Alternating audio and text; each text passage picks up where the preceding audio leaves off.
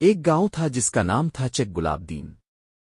اس گاؤں میں ایک میراسی رہتا تھا جس کا نام تھا فیقہ میراسی۔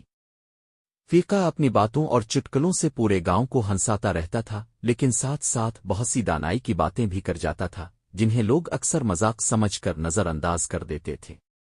اسی گاؤں میں ایک اور شخص رہتا تھا، کالا موچی۔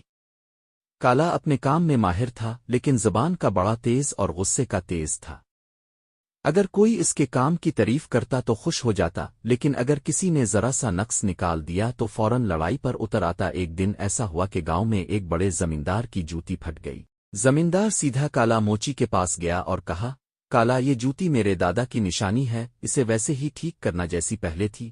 کالا موچی نے جوتی دیکھ کر منہ بنایا اور بولا، جوتی تی آن ختم اس دی کہا علاج کرا نوا باٹ لے لو۔ یہ سن کر زمیندار برا مان گیا۔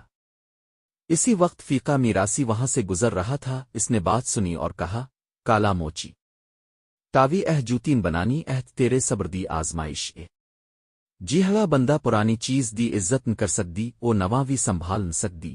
گاؤں والے یہ سن کر ہنسنے لگے کہ فیقہ میراسی پھر کوئی فلسفہ جھاڑ رہا ہے، لیکن کالا کو یہ بات دل میں لگ گئی۔ اس نے محنت سے وہ جوتی ویسے ہی بنا دی جیسے نہیں لگے۔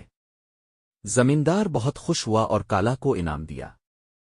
گاؤں والے فیقہ کو کہنے لگے، یار تاوت مذاق نال نال عقل داہے گلاہے بھی کر جاندہ فیقہ مسکرا کر بولا، ہنسی تی زندگی نو ہلکا کر دی تی عقل دی گل بندے نو سنبھال دیے۔ جے دونوں اکٹھے ہو جان تی زندگی سوہنی ہو جان دی۔ اس کہانی سے یہ سبق ملتا ہے کہ پرانی چیزوں اور روایات کی عزت کرنی چاہیے۔ غصے اور سختی کے بجائے صبر اور نرمی سے بڑے کام نکل آتے ہیں، اور سب سے بڑھ کر یہ کہ کبھی کبھار ہنسی مذاق میں کہی گئی باتیں زندگی کا سب سے بڑا سبق دیتی ہے۔